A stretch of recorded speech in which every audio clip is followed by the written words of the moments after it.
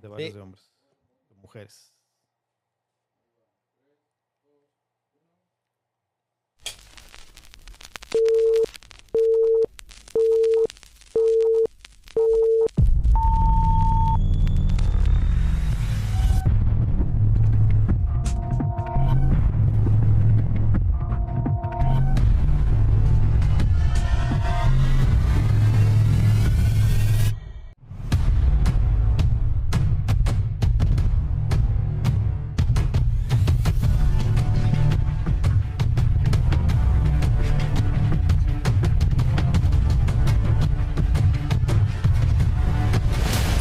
Bienvenidos a Esto es cine. Platiquemos de películas y sagas en todos los diferentes géneros del maravilloso mundo cinematográfico. El arte que nos conecta a todos en la conducción de Pustulio e invitados. Comenzamos.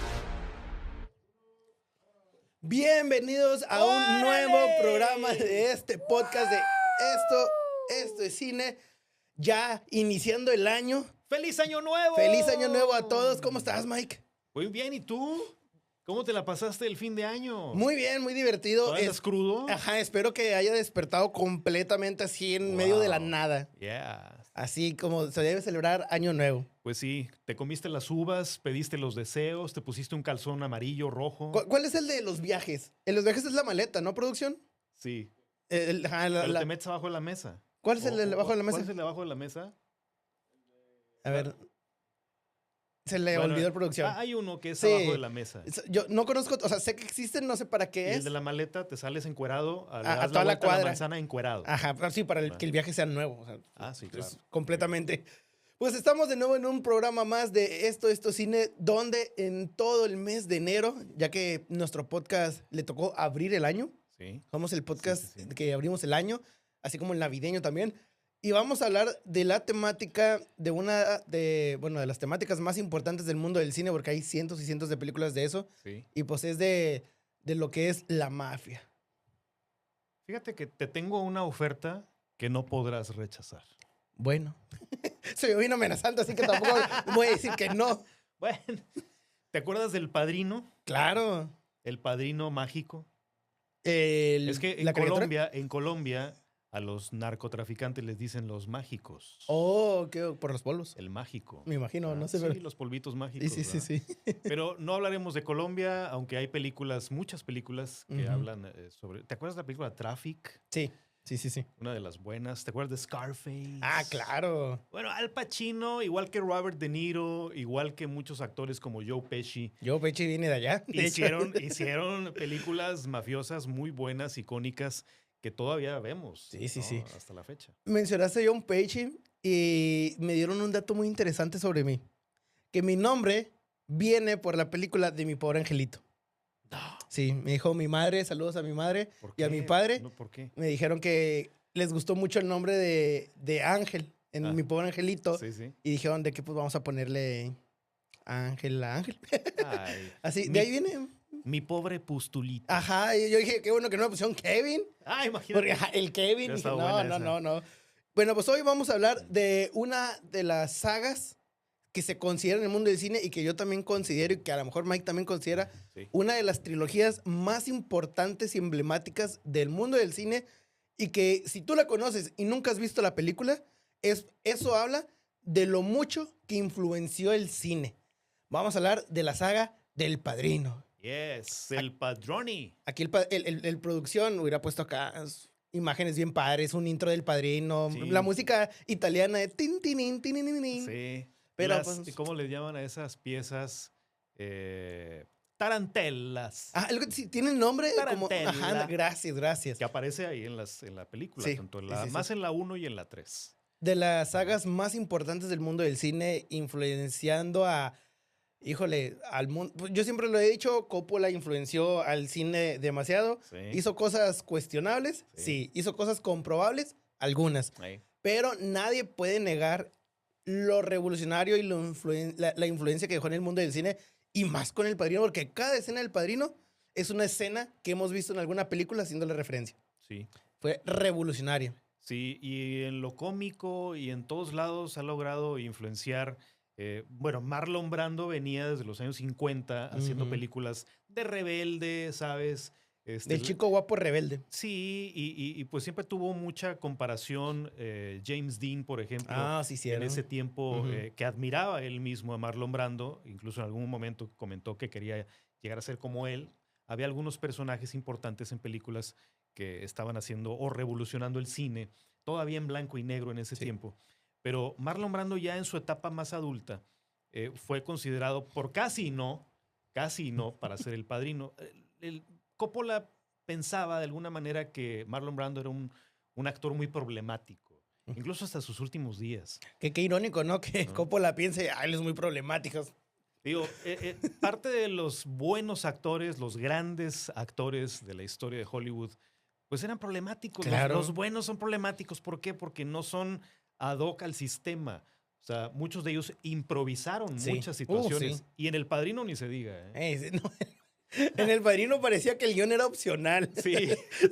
Sí me di cuenta de eso. Es parte del show. El mismo Al Pacino, que viene del método, pues también tuvo que enfrentar algunas situaciones ahí. Por poco y también lo corren, Al Pacino del Padrino. Porque para empezar lo veían aburrido, lo veían como que muy pasivo y necesitaban un personaje más duro. Pero eso vino a quedar de alguna manera también como su marca. Exactamente. Y fíjate, yo las volví a repetir porque dije, pues si vamos a ver El Padrino, las vi hace años. Tengo que volverlas a ver. Me acuerdo, de la 1 sí, no importa si no la veo en 5 años o 10 años, la 1 siempre me voy a acordar. Es mi favorita de las 3. Pero al ver las 3, volví a pensar lo mismo, que para mí es la 1, la 3 y luego la 2. Las 3 son muy buenas. O sea, nomás en mi gusto personal. Y siento que la 3 sí se pasaron de lanza ya yendo al Vaticano. Pero, o sea, en ese orden me gusta mucho. Sí. Pero en la 1, algo que siempre me va a encantar, que a lo mejor tú compartes mi opinión, es la evolución del personaje de Robert De Niro. Sí. De cómo empezó de no quiero tener nada que ver con los negocios familiares, a convertirse literalmente en el protagonista de la trilogía entera. No, más bien Al Pacino, ¿no? Sí, cierto. Dije De Niro, ¿verdad? Al Pacino. Sí, De Niro llega hasta la 2. Pues era el más tranquilito. Sí. Venía de estudiar en una escuela militar, traía una disciplina de querer estudiar otra cosa. Era marín. Realmente ser algo diferente fuera de la familia. Tan así que, bueno, el personaje de este actor, James Caan, que era el que, pues pudiera decirse que era el mayor candidato en ese momento a ser el sucesor de Vito Corleone, ¿no? Pues era el hijo mayor, ¿no? James Caan era el mayor. El Sonny. Pero era muy loco, era muy agresivo, muy impulsivo, como que no tenía tanta cabeza, tanta inteligencia para dirigir los negocios de la familia. Y yo creo que por eso el papá mismo elige, claro, después de que matan al personaje de Sonny, viene pensando más en heredarle todo el poder a Al Pacino, a Michael Corleone, porque era el más estudiado, el más centrado, el más... El cabeza fría. Más cauteloso. Y se necesitaba ese tipo de carácter para un papel de ese calibre, ¿no? Sí, y algo que me encanta a mí de las películas del Padrino es cómo cada escena está planeado para que repercuta en 5 escenas adelante. Sí. O sea, todo estaba muy bien hecho. Que, bueno, siempre se ha alabado el trabajo de Coppola, de Francis Ford Coppola, pues a fin de cuentas es un gran director. Pero yo siempre lo voy a decir, El Padrino es su ópera prima. Siento que en algunas películas como quiso que fueran más icónicas que El Padrino, pero hacerlas a propósito así, no lo hace natural como con El Padrino, que, pues como tú lo mencionaste fuera del aire, y de repente también aquí lo mencionaste al aire, creo, de que había momentos en los que no había nada en ese guión de lo que sucedía en pantalla y funcionaba dentro de la película. Sí. O sea, es como que no escribí nada de esto, pero queda perfectamente. Esa parte que vemos de Marlon Brando con su cara modificada, porque está modificada. Con las prótesis. Y se ponía algodones dentro de la boca o aquí en esta parte de las mandíbulas para hacer mejor la voz, que también se volvió icónica. Sí, la voz de Marlon Brando. La voz de Marlon Brando como el personaje. Vienes aquí. Su susurro así. Ajá, exactamente. Se hizo esto, fue un boom. Y esta fue una improvisación del mismo Marlon Brando. No le dijeron que hiciera eso, ni era parte del proyecto. Fue una idea de él y le funcionó bastante bien. Y es como se diferencian los buenos actores y los grandes actores. Sí. ese detalle de cómo se preparan cómo se preparan, ¿no? cómo haces que tu personaje lo conviertas en ti o te hagas el personaje en ese sentido. Marlon Brando, que ya venía de ser un actor ya condecorado, ya popular a más no poder, y de repente verlo así como el Padrino, de una forma tan violenta en este tipo de películas, porque en esta película no esperes que vaya a ser una película como de, bueno, solo voy a ver 2, 3 disparos y ya. No, en esta película hay violencia de todo, intrafamiliar, de mafias, de negocios, amenazas. Ya es que a uno lo amenazan para que dejen entrar a una película. Y, o sea, hay amenazas de todo tipo, pero también hay mucho negocio de todo tipo. Esa escena también muy importante del Padrino, la del caballo. La cabeza del caballo. Era real. ¿La cabeza del caballo era real? Sí. Entonces imagínate la escena, la impresión que se llevó el actor que interpretó el papel de ese afamado director que no le daba el papel a un ahijado. Sí. Para hacer películas, que era el cantante, el cantante de baladas, y que le pongan, o sea, esa cabeza de caballo en la cama y al despertar se encuentre con esa escena, que fue el mensaje callado de sí o sí vas a dejar. Hoy fue el caballo. Exacto, ¿no? Exactamente, hoy fue el caballo. O como esa parte en la que le platica a Michael Corleone, a su novia en ese tiempo, sobre lo que ocurrió precisamente para meter a ese ahijado a la música. Exacto, sí. Que también es, a ver, o aquí en este contrato va a estar tu cerebro, tus sesos, o la firma. Tú decides cuál. Entonces le hicieron una propuesta que no pudo rechazar. Y volviendo al tema de que esa escena del caballo, a lo mejor ustedes, si no vieron la película del Padrino, no saben qué, pero han visto un montón de películas o series referenciando esa escena de la cabeza del caballo. Sí. Ha habido, bueno, para empezar, Los Simpson, no sé si sepas un dato curioso para la gente. Los Simpson han parodiado tantas veces a El Padrino 1 que ya tienen la película completa hecha por escenas del Padrino. No. O sea, tú puedes ver la película del Padrino completa con escenas de Los Simpson. De tanto que la han parodiado a través de los años. Que han agarrado fragmentos. Ajá, exactamente. Ya se hizo toda la película. ¡Qué genial! Toda la película. O sea, así de importante es. Series como The Modern Family, How I Met Your Mother, incluso Friends han referenciado al Padrino. Es algo que se quedó en la cultura popular, que nos demostró. Creo que no fue la primera película, pero sí la más importante sobre las mafias italianas. Sí. Sobre la mafia siciliana. Sobre todo. Sobre todo era la más importante o la más influyente en ese tiempo. Sí existió un mafioso Corleone en la vida real y pues tal vez utilizó el autor del libro, Mario Puzo, si no me equivoco, Mario, fue el escritor y de alguna manera, aunque no tenía experiencia escribiendo sobre mafia, porque venía de hacer comedia, si no me equivoco también, o sea, temas completamente diferentes los que escribía, decidió aventurarse en esto. Y tuvo que investigar y tuvo que profundizar un poquito en la mafia italiana, que también tuvo su aparición en Nueva York, en Estados Unidos, justamente en esa época, y ya empezaba a tener influencia en la sociedad. Pues bueno, ya las mafias se diseminaron en varias partes de Estados Unidos, pero ahí aparecen algunos personajes inspirados en mafiosos reales. No. De hecho, según yo, creo que la mafia en Estados Unidos se hizo popular con la recesión. Y con la prohibición de alcohol. La prohibición, sobre todo. Sí. Fue cuando dijeron, pues, órale, nosotros vamos a mover el alcohol. Y fue cuando se hicieron muy populares. Yo no sabía, ya después de ver las películas me puse a ver como datos y todo eso, que la película les tenían prohibido mencionar a la Cosa Nostra. Ajá. Yo no sabía eso y es algo bien interesante. Es como que, sí es cierto, mira, en toda la película nunca mencionan a la Cosa Nostra, que era algo muy importante. Fue hasta si no me equivoco, fue hasta la 2 o la 3. No, fue la 2, creo. Donde ya mencionan que lo llevan a un tipo de juicio a Michael Corleone, lo están investigando, y ahí es donde mencionan algunos de los jueces, mencionan que si fulano o sutano pertenecían, o la familia Corleone pertenecía a la Cosa Nostra. Ahí se menciona Cosa Nostra. Pero en la 1 no lo permitieron. No. Y que hasta tuvieron... ¿Les dieron sus sustos en algún momento, no? Sí, exactamente es lo que te decir, que tuvieron como que sus choques con la mafia real. Y que al final ya como que quedaron en un acuerdo, pero después de que la mafia varias veces... Les dio luz verde. Exactamente, hasta que les dio luz verde y tenían... No hay manera de comprobarlo porque creo que pues, no se puede actualmente, pero se decía que había, en todas las escenas de la película siempre había un mafioso real, pero no participando, sino nada más observando que supervisando que no se... No era un extra por ahí. Ándale, exactamente. No, él estaba siempre detrás de cámaras. Y que estaba supervisando que no se le insultara a la mafia.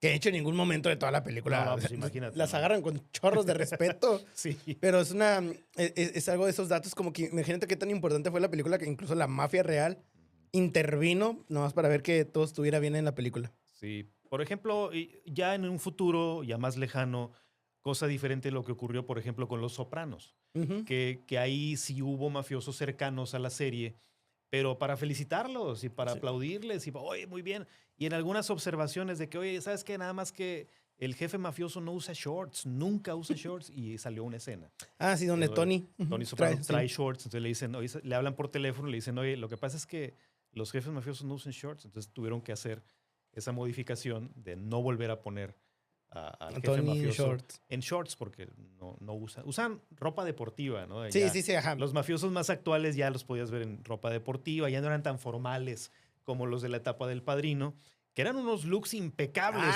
Sí. No, te quedas los sombreros, el sombrero las gabardinas, bien boleaditos. Siempre con corbatita. Bien peinaditos. Yo ando despeinado. Tú estás despeinado. Yo sí estoy despeinado, sí. Comparados con como se peinaban antes, ¿no? No, es que creo que también demostraban que la mafia italiana siempre tenía que mostrar ese toque de elegancia. Sí. De que seremos lo que seamos, pero la elegancia, el porte. Era una etiqueta la que había antes, Sí.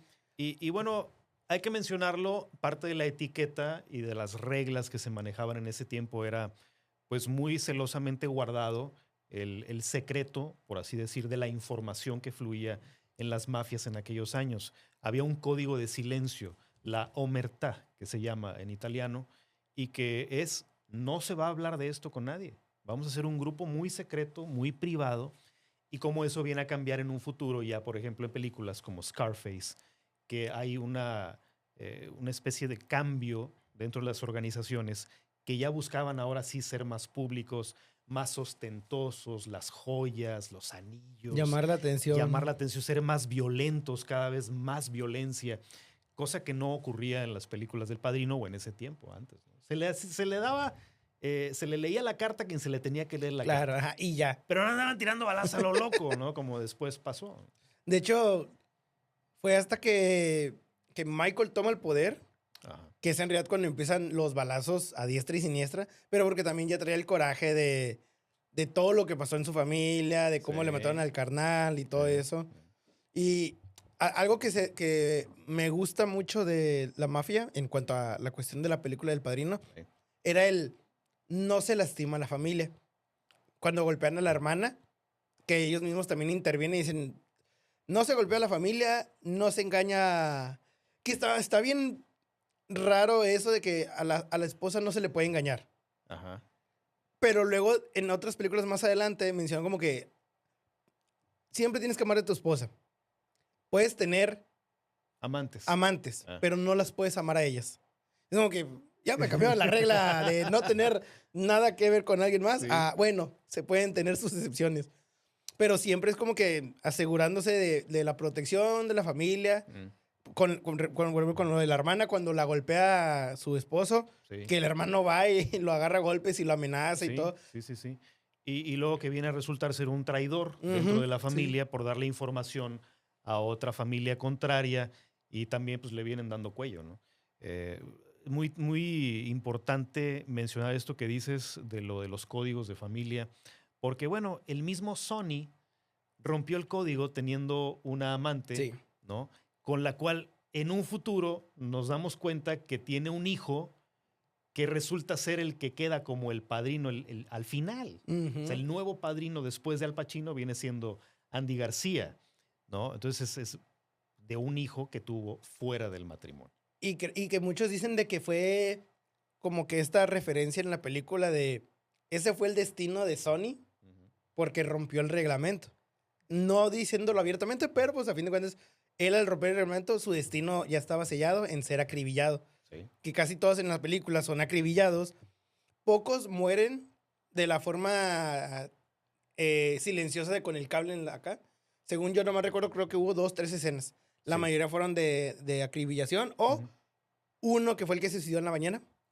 Sí. Y ya, o sea, fuera de ahí, todos fueron acribillados y que era como el castigo divino. De que todos tienen que ser acribillados por lluvia. Les estorbaba Sony porque sabían que era el heredero. Sí. O sea, se iban a deshacer de Vito, se iba a quedar Sony, también dale cuello, dale renuncia, pero nunca se imaginaron, nunca pensaron que el que menos llamaba la atención, el más calladito, iba a ser el bueno.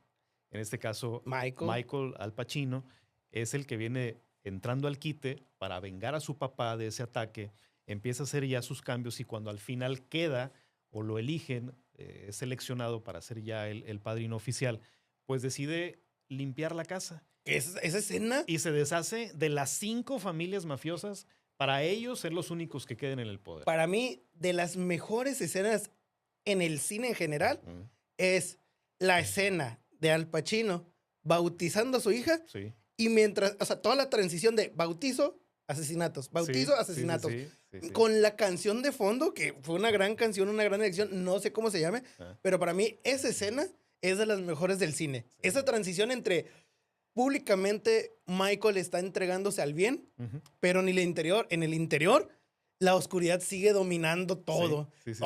Para mí esa escena es de las mejores del cine. Esa, y al rato lo vamos a hablar más adelante, cuando le matan a la hija.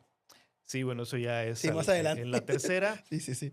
Todavía como parte de esa continuidad de las escenas donde él limpia la casa y se deshace de todas las familias que le estorbaban para poder él tomar ya el poder.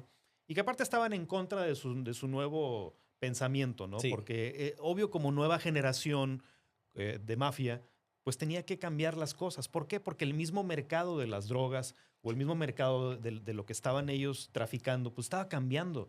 De hecho, la escena en la que le proponen a Vito Corleone, todavía como parte, con la familia completa, estaba Sony ahí, llegan estos contrarios a decirle, oye, necesito tus influencias, necesito tus conectes políticos y la policía que y todo con lo los que tú jueces tienes, y todo eso. pero vamos a entrarle al negocio, ¿cómo ves? Te damos una parte. O sea, Vito dice, no, yo soy muy de nada más la prostitución, el alcohol, los juegos. La información. La droga, como que no, eso no me late a mí, eso le hace daño a los niños, a los jóvenes. Entonces, no, ¿sabes qué?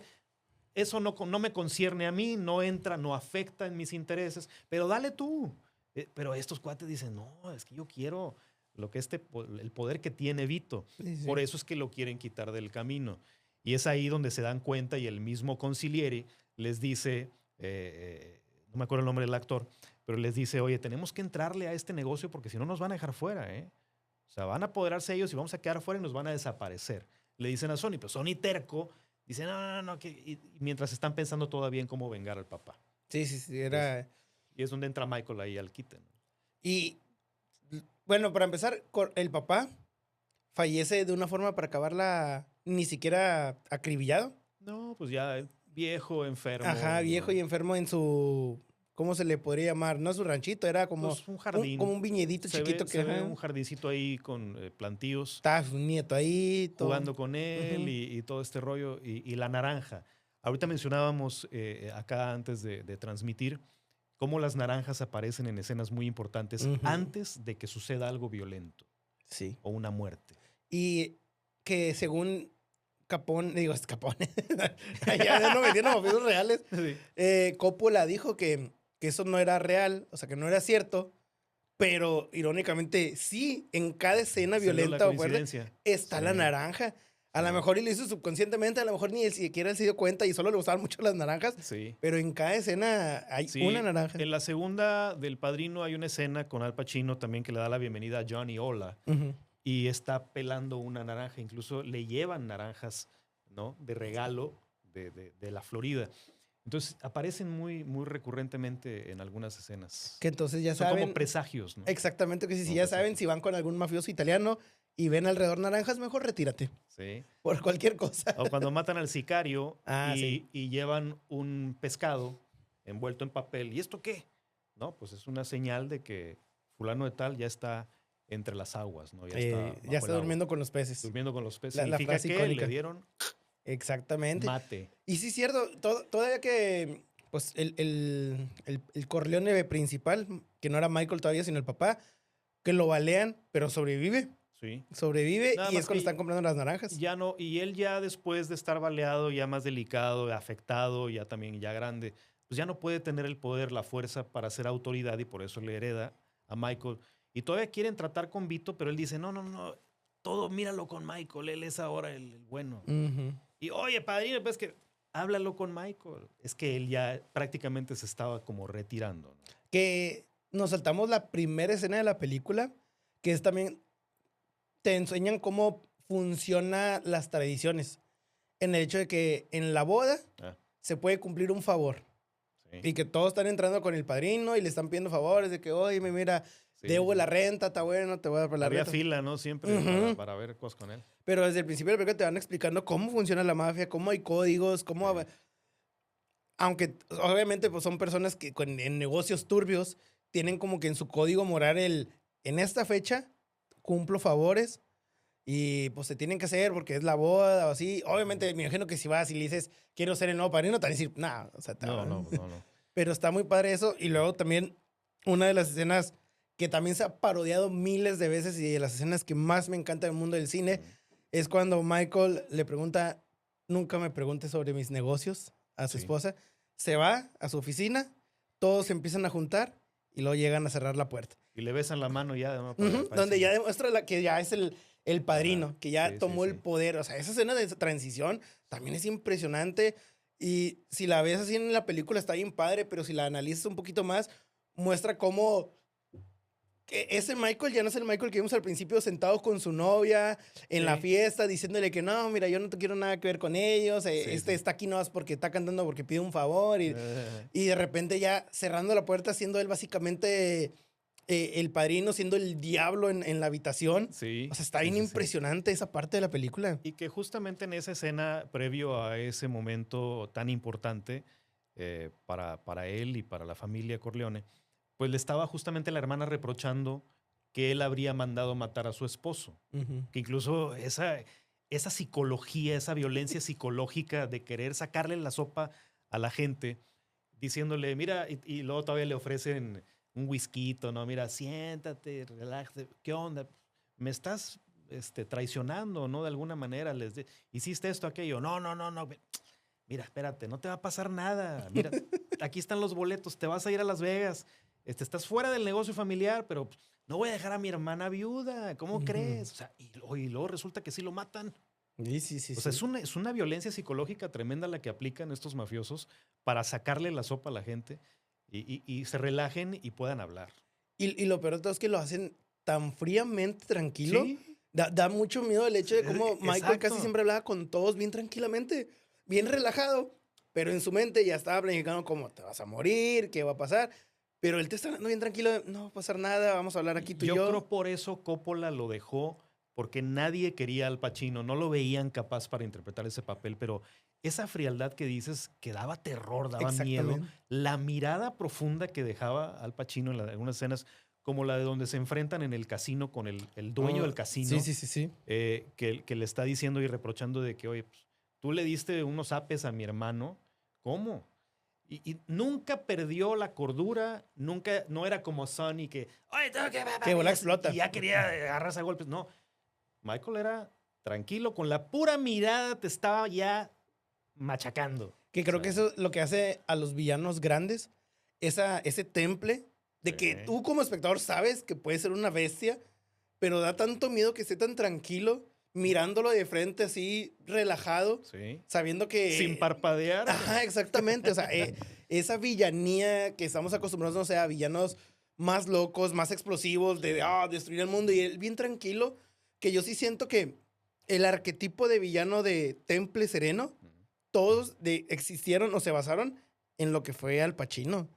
Porque yo no recuerdo un villano tan sereno como él. Y muchos van a decir, no, mira, los villanos de 007 no eran serenos, los villanos de 007. No. Estaban tranquilos, pero no eran serenos, solo estaban tranquilos y luego se alocaban cuando 007 se escapaba de la trampa. Sí, pero se alocaban en un sentido casi como Joker, ¿no? Ajá, exactamente. O sea, un tipo así de... más psicópata. O sea, incluso lograban hasta sonrisas macabras. Ajá. Pero ¿cuándo viste a Michael Corleone sonriendo en una escena de violencia? No, jamás. O sea, está que es lo que digo, la escena del bautizo, Como él sí parece que está feliz porque están bautizando a su hija, él está tranquilo. Ajá. Parece una escena de bautizo normal, pero todo lo que está sucediendo alrededor en ese momento, con el asesinato de todas las familias. Le dice el padre, ¿rechazas todas las obras de Satán? Sí, lo rechazo. Y a 2 cuadras. Y a 2 cuadras están matando. No, están acribillando al enemigo del vato. O sea, sí, está bien impresionante. Ahí demostró Al Pacino que era, o bueno, iba a ser, o fue más bien, todavía lo es, uno de los mejores actores de la historia. Como dato curioso, es la única vez que se ha nominado como mejor actor a 2 actores por un mismo personaje. Sí. Que lo que fue Marlon y Al Pacino. De hecho, bueno, Marlon Brando ganó el Oscar como mejor actor. No fue, el pero cual lo ganó. rechazó por una situación ahí relacionada con los nativos en Estados Unidos que estaban viéndose. ¿Envió uno? Sí, envió a una actriz incluso, era actriz nativa, y pues se aventó ahí su speech a nombre de Marlon Brando diciendo que no aceptaba. Incluso la escena, esto fue real, está en YouTube si quieren buscar esa escena, en donde le van a entregar el Oscar a esta muchacha, muy bonita por cierto, con todas su cara, sus facciones nativas, y con su atuendo también tradicional. Le extienden el brazo con el Oscar y ella, no, qué fuerte, ¿no? El haber rechazado esto, dar su mensaje, su speech. Hubo algunos que empezaron a chiflar como, ay, abre, bajen la calle. Pero no, se aventó su mensaje a nombre de Marlon Brando y eso fue de admirarse, la verdad. Y en aquella época donde los Óscares sí premiaban la actuación. Sí. Marlon Brando se lo ganó por algo, o sea, la actuación de Marlon Brando es impresionante. La escena tan popular de mira lo que le hicieron a mi hijo. Sí. Esa escena también está bien fuerte. Sí. Se nota el nivel de actuación de Marlon, que mucha gente se podrá quejar de que el vato no se aprendía los guiones. Pero así Pero improvisaba muy bien. Improvisaba muy bien. Claro. Qué buen actor era, Marlon. O sea, eso los directores lo reconocen hasta la fecha. Sí. A algunos, no a todos, pero a algunos buenos, muy buenos actores, es como que le dice la del guión, señor director, no está siguiendo lo que dice aquí. Espérate. Que siga.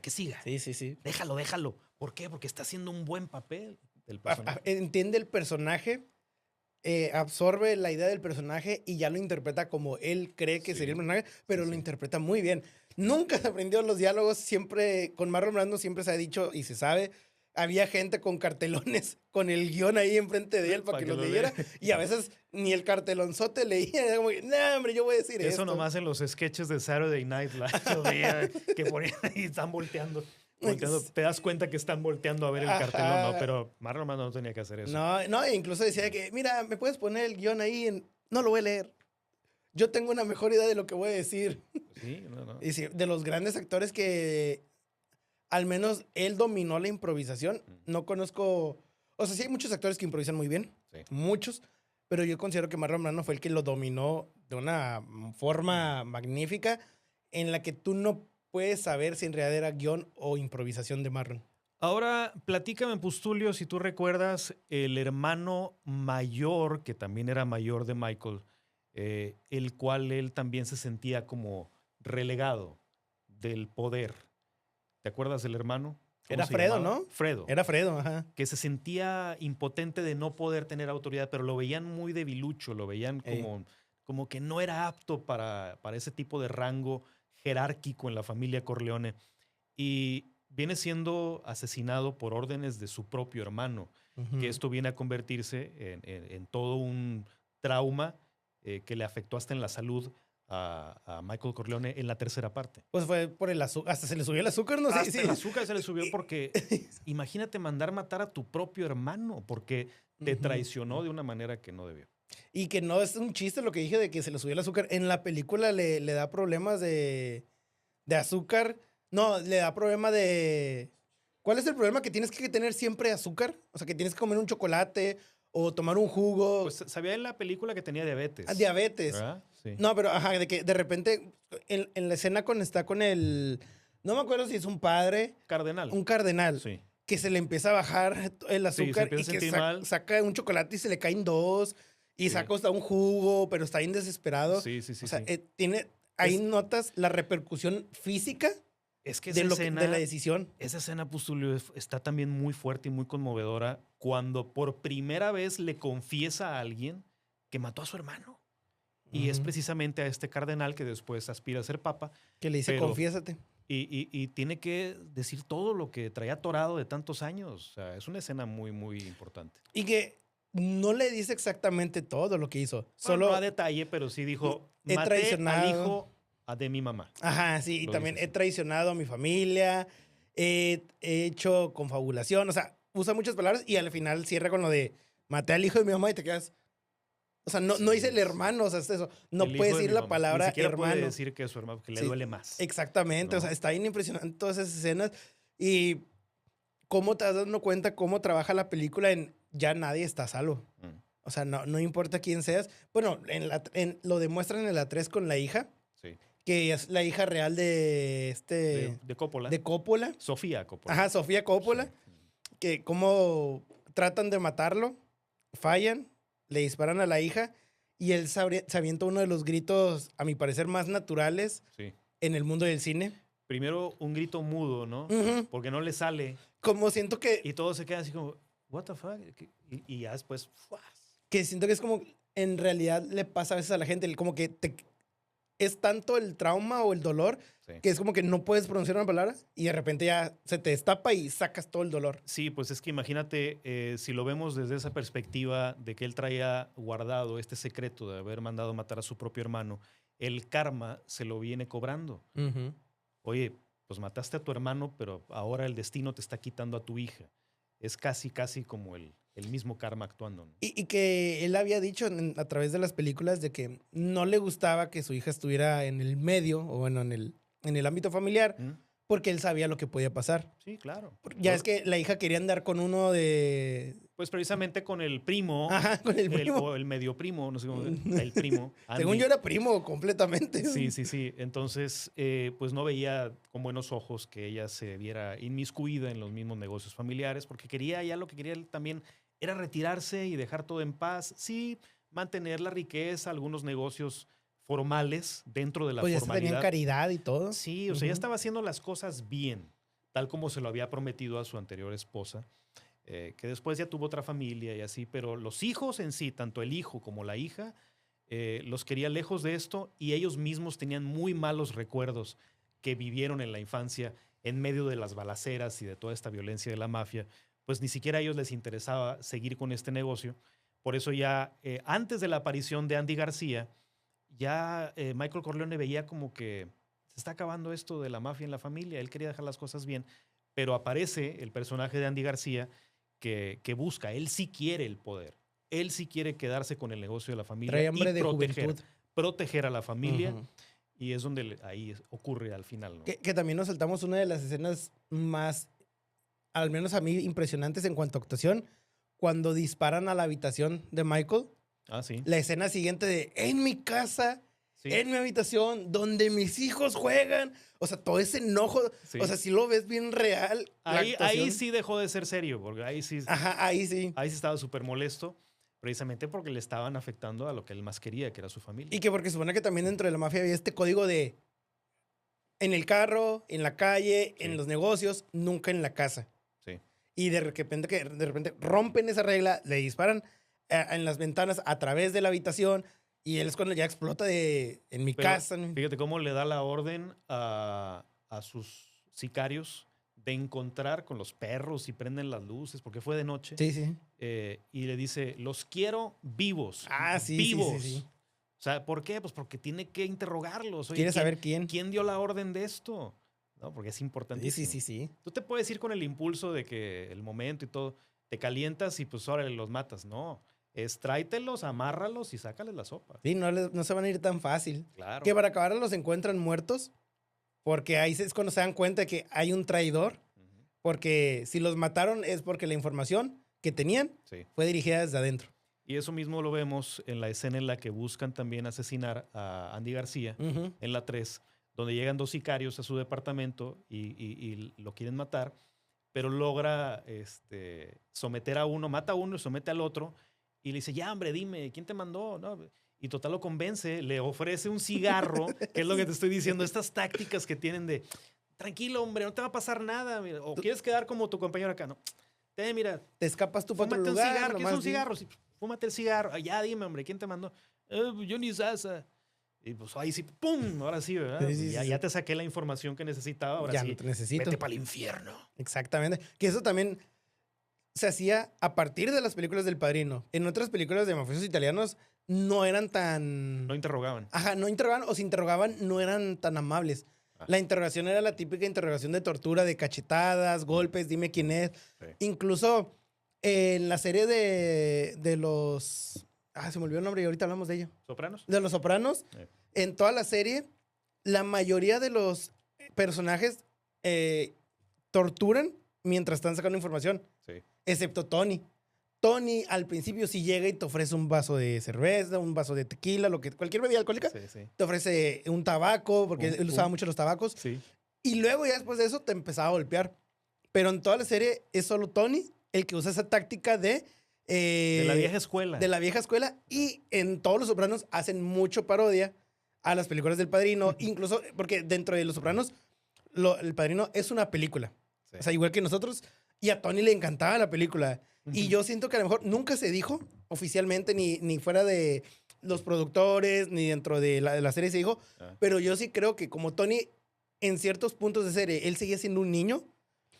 Yo siento que sí quería interpretar a que era un héroe, que era Michael Corleone. Sí. Y por eso sí, ese tipo de detalles de, yo antes de torturarte, ¿quieres esta bebida? Esos guiños, Ajá, ¿no? esos guiños de, sí. Déjame ser tu amigo para sacarte la información. ¿Por qué te tengo que pegar? Claro. Yo siento que todo eso lo sacó de Michael y lo hizo de una manera como de que es mi héroe. Y él hacía eso, como el llanero solitario, cosas así. Oye, una escena que, volviendo un poquito más atrás, porque hay escenas que no podemos dejar de lado. La escena importantísima en la que Michael Corleone es enviado a matar a los contrarios que habían amenazado a su familia. Este encuentro con el comandante de la policía corrupto y con el otro jefe mafioso también, y que están dialogando para ponerse de acuerdo y hacer negocios juntos. Pero él ya trae la espinita del papá. Sí. De que lo había querido mandar matar y todo esto. Y le esconden un arma en el baño para que se haga cargo y sea él el que ejecute a estos personajes. Esa escena, ese momento tan tenso. Cómo va subiendo de intensidad, y justo cuando se oye el ruido del tren que va pasando muy cerca de ese restaurante italiano y decide ahora sí sacar la pistola y matarlo. Ahí te das cuenta cómo... Es el momento crucial. Ahí. Sí.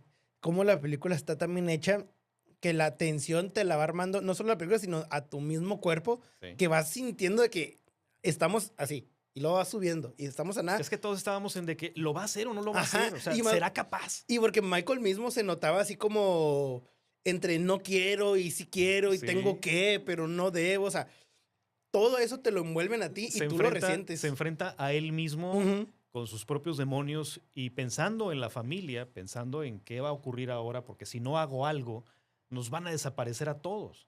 Entonces, hay una frase muy bonita que decían, en ese momento se están enfrentando el Michael que sirvió a su país contra el Michael que tiene que servir a su familia. Sí. Y es muy cierto. Sí. Es muy cierto eso. Ya de ahí, bueno, pues vemos que él tiene que huir del país porque pues evidentemente lo van a buscar, lo van a querer matar y lo esconden fuera, precisamente en Sicilia. En Sicilia, Italia, que es donde se enamora de una pueblerina. Que hasta en la tercera todavía la recuerdan. Todavía. En la tercera todavía la recuerda. Sí, como que fue realmente, para algunos críticos han comentado que ella realmente fue su verdadero amor. Sí, yo también he escuchado eso, que dicen que... Como que fue su amor a primera vista y el más real, ¿no? Es que como él ya no estaba inmiscuido en la familia y ya se sentía como que ya no tenía que tener nada que ver con la familia, porque él lo vio como, ya me mandaron para acá, yo ya no tengo nada que ver con la familia, ya no voy a regresar a eso, voy a vivir una vida tranquila aquí, aunque todavía ahí tenía su información, tenía uno que otro vato que le decía qué onda con la familia, pero ahí ya llegando con esta persona que se enamora a primera vista de la chava, que ya tiene él lo ve como, voy a tener una vida normal, que luego sucede la tragedia en la que se dan cuenta dónde está viviendo Michael y luego él se da cuenta de lo que le sucede y ella entra al carro y explota. Sí, de hecho, bueno, esa bomba era para él. Ajá, exactamente. Él era el target, pero como ella andaba aprendiendo a manejar y quería... Entonces fue la que le tocó la bomba. Y, pues, lamentablemente muere. Y él regresa, ahora sí ya a su ciudad natal, y se encuentra otra vez con Kay, se llama, ¿no? Su antigua novia, que después le pide ya pues que se case con ella para tener... Pero fue más que nada como un el rebound. Un interés tradicional de la familia, de que, bueno, pues ahora con quién, pues bueno, está Kay, ¿no? Pero no es como que realmente a lo mejor... Sí la quería, pero tal vez no tanto como quiso a la siciliana. Yo creo que sentía más como el dolor de haber perdido a alguien. Y luego estaba esta Kate. Y ya fue como, ok, ya te conozco a ti, déjame... Me relajo aquí, me tranquilizo aquí. En un futuro, y voy a mencionar un poco de la actualidad o los últimos 20 años que conocemos históricamente de el narcotráfico en el país o la mafia mexicana, porque no le dicen así, ¿verdad? No. Pero hablemos como de la mafia mexicana. Hubo, por ejemplo, en la familia Arellano, en un punto específico de nuestro país, hubo una mujer importante, mafiosa. En la antigüedad, en estos tiempos de los 40, 50, la mafia no tenía quizá mucho interés en dejarle el poder a una mujer. Porque Connie, que es hija de Vito Corleone, aunque tenía el carácter, a lo mejor era un poquito rebelde también y todo, pero nunca se vio la igualdad en ese sentido. En las mafias no se veían mujeres poderosas dentro de la mafia. No, y tenían muy arraigado como esta vieja escuela de la mujer está hecha para amarnos, pero para criar a los hijos, para educar a los hijos. Solo para lo familiar. Ajá, la madre de familia, pero no para los negocios, no para ser la cabeza de la mafia. Sí. No, nunca se vio eso. E incluso pues, con Connie, que era la hermana, tenía un temple también muy parecido, no le dieron oportunidad. Le estaban dando oportunidad a Sonny, que era, o sea, siendo sinceros, tenía mejor preparación Connie que Sonny. Sí. Y aún así Sonny iba a ser el heredero. Sí. Si no le pasaba lo que le pasaba. Incluso ya en la tercera parte, Connie apoya mucho el papel de Andy García porque lo ve capaz. Sí. Lo ve con la actitud, con el carácter, como lo tenía su hermano. Entonces, de hecho, ahí menciona Michael Corleone así como prácticamente, mira, te voy a enseñar el negocio familiar. No andes por ahí desbalagado haciendo despapalles. Mejor aquí te vas a educar conmigo y yo te voy a enseñar. Y tú vas a ser... me vas a cuidar, vas a estar conmigo. Y esa escena importante en la que aparentemente Johnny Sasa manda matar a todas las familias mafiosas también en esta reunión que tienen, en donde les rafaguean desde un helicóptero todo el lugar. Y mueren prácticamente todos, pero sale vivo Michael Corleone y le da un coraje porque él ya no quería nada. Él ya quería retirarse y dicen, yo me quiero salir y me vuelven a jalar otra vez a esto de lo que yo ya no quiero tener parte. Entonces ahí en ese momento en que se pone también mal por su diabetes, pierde el conocimiento y parecía que lo estábamos perdiendo. Sí, yo pensé que se lo llevan en la ambulancia. Yo pensé que ahí se iba a morir y ya iba a ser el heredero de, o sea, Andy García. Iba a ser todo una, como no repetición, pero sí una referencia a cómo tuvo que entrar Michael al poder. Ahora iba a entrar Andy al poder, pero no, ahora resulta que sobrevive. De hecho, ahorita lo vamos a mencionar, el cómo pues Michael fallece en la película, porque él a fin de cuentas logra sobrevivir a todo. Él logra sobrevivir a todo lo que pasó en las películas. Algo que no hemos tocado mucho es que la mafia tuvo negocios con el Vaticano. Ah, sí.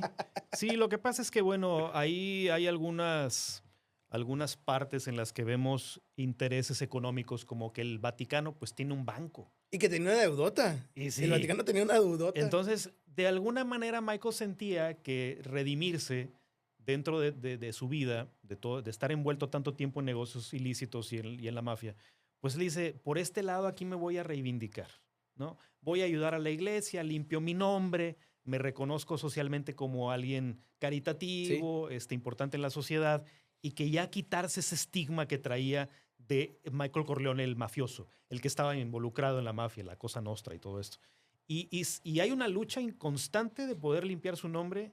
Y es lo que él, al final, es lo que está buscando en la tercera parte. Sí, la redención, el ya zafarse de la mafia, pero seguir teniendo poder de una forma... Y utiliza a la iglesia, ¿no? Incluso Kate le reclama, no es un reclamo, pero es un comentario que le da en el nombramiento que le dieron, que le dio la iglesia, que le dan una medallita. Le dice, sí, tú y tus medallas. Y tú, o sea, tú eres el cabrón de siempre. O sea, Ajá, exactamente. O sea, no vas a cambiar... Así de simple, ¿no? Aunque te den 20 medallitas, ¿no? La misma prensa, cuando están haciendo un comentario para una especie de mini conferencia de prensa. Que es cuando le dan la placa. Que están hablando de la placa y le dicen los reporteros, oye, pero el involucramiento con esto de lo ilícito. Oye, espérate, compadre, pues mira, el mismo Papa le acaba de entregar esa. Y no sales con esas cosas, ¿no? Y en la película, algo que fue muy controversial en su momento fue el hecho de que metieran al Vaticano y que demostraran, o bueno, mostraran en la película que en el Vaticano también había negocios turbios dentro de ellos mismos, que había una lucha de poder, que también de que a mí me conviene que este sea el nuevo papa y que este no sea el cardenal, y que entre ellos mismos había mucha violencia, porque era un negocio, a fin de cuentas, también millonario. ¿Y será cierto eso? No sabemos. Puede haber documentales y series que lo saquen a la luz, como por ejemplo las del Código Da Vinci y todo esto. ¿Podrías profundizar más en ese sentido si nos concentramos en la Iglesia Católica? Pues por supuesto que pudo haber mal manejo de dinero.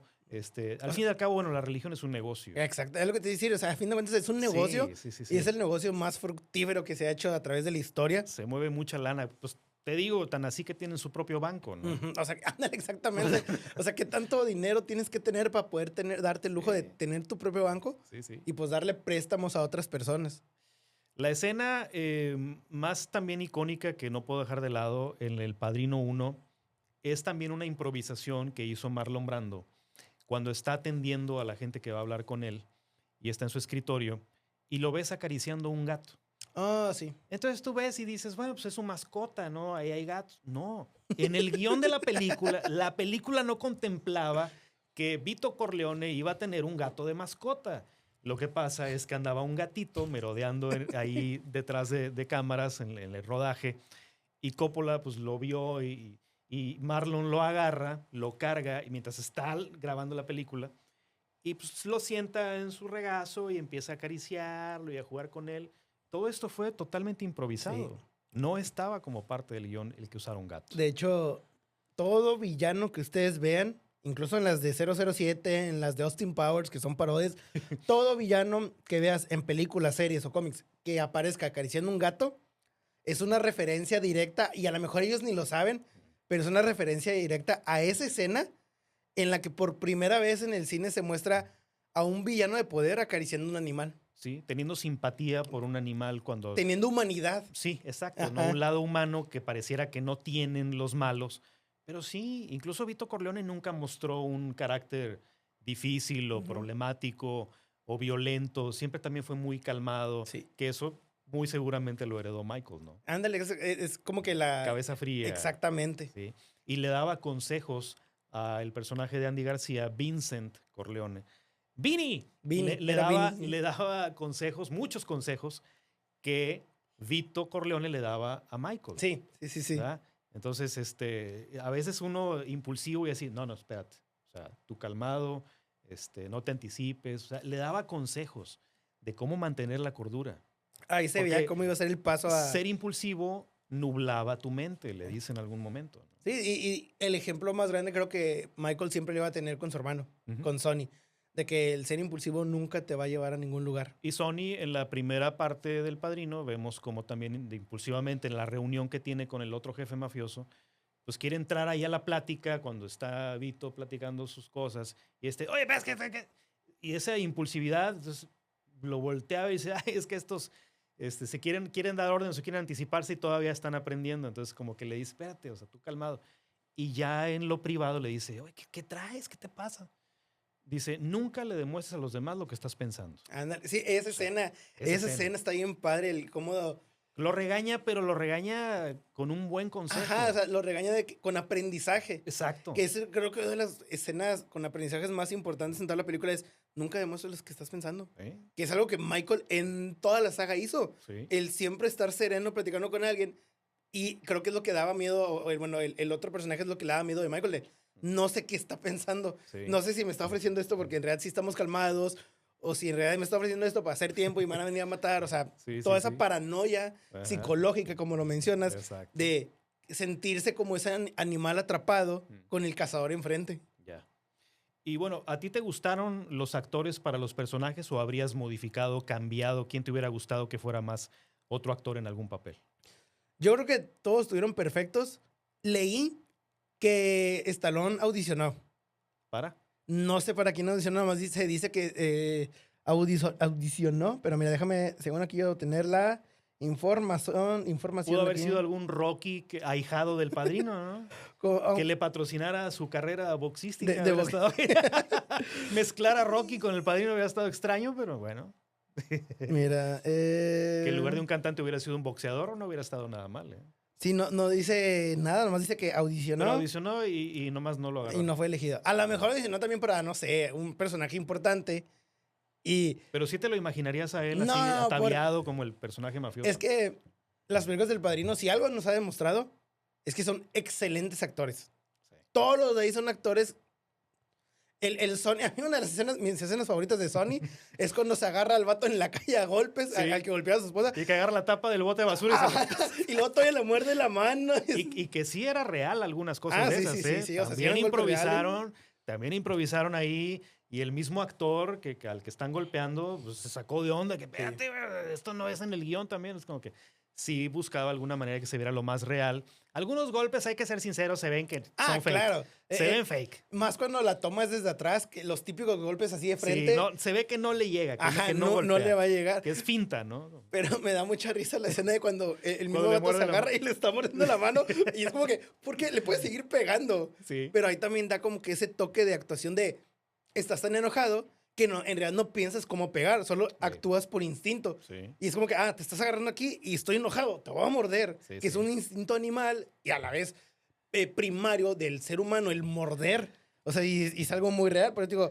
Animalesco. Ajá, exactamente. Así que Stallone ahí yo no lo vería, sinceramente. Stallone fue muy buen actor después, pero en realidad en ese tiempo no podría verlo. Él sí desentonaría mucho. Yo, la verdad, no cambiaría a nadie. O sea, no me puedo imaginar a alguien más interpretando esos papeles. Quizá a lo mejor algunos papeles secundarios o algunos sicarios, pues a lo mejor ahí sí hubiera visto caras más conocidas. Pero la verdad que no. Todos jugaron su rol muy, muy bien. Parecían mafiosos reales. Exactamente. O sea, eso es la parte de la magia de la actuación, que realmente se metieron en su papel tanto que sí te la crees que son mafiosos. Ahora, ha habido recientemente un auge de actores italianos. ¿Tú querrías un remake? No. No, yo tampoco querría un remake. No. Oye, mira, como dato curioso antes de irnos, George Lucas, el creador de Star Wars, editó la secuencia del montaje de los periódicos que anuncian la guerra de las familias como un homenaje a su amistad con Coppola. Wow. La escena de los periódicos donde están así. Sí. Así que, con razón, El Padrino es una gran película. Tuvo ayuda de George Lucas también. Yeah. Así que las grandes sagas se ayudan entre ellas. ¿Te imaginas una guerra de las galaxias con mafiosos? Tiene muchas referencias a eso. Hay series de Star Wars que son como referencia también a la mafia italiana. Así está muy interesante. Pues ya nos vamos, gente. Véanlas, El Padrino 1, 2 y 3, elijan su favorita. De las mejores trilogías del cine. Son buenísimas y pues un gusto haber platicado de estas sagas aquí. Sí. Esto es cine y sigan escuchando, por supuesto, Back FM 100.9, la estación de la música retro. ¿Damos el spoiler de la siguiente o no? Sí, de una vez ya. La siguiente película, Gángster Americano. American Gangster, que aparecen en ella. ¿Quiénes? Denzel Washington y Andy García otra vez. Sí, de hecho, él sale en muchas de las que vamos a hablar. Sí, Andy va a aparecer, pero Denzel Washington. Seguimos con el tema mafioso. Sí, todo enero se lo vamos a dar a la mafia italiana. Si conoces algún mafioso por ahí, te lo traes para entrevistarlo. Pues espero no conocer, pero si sé de uno, trataré de hablar con él. No, el truco está en hacerles una propuesta que no puedan rechazar. Uy, sí, yo tengo... ¿Quieres salir en la tele y exponerte? Pues si pareces mafioso. No tengo el porte, ni la etiqueta, ni nada de eso. Nomás peínate así para atrás. Mike sí podría. Aparte ya tienes nombre de Michael. Voy a venir ataviado el próximo. Va. Como mafioso. Bueno, pues ya nos vamos, gente. Espero les haya gustado mucho el programa. Recuerden seguirnos en nuestras redes sociales. En Face e Insta nos encuentras como BackFM 100.9. Y nos escuchas todos los días en la mejor estación, la estación retro, la estación de BackFM. Nos vemos, gente. Bye. Gracias.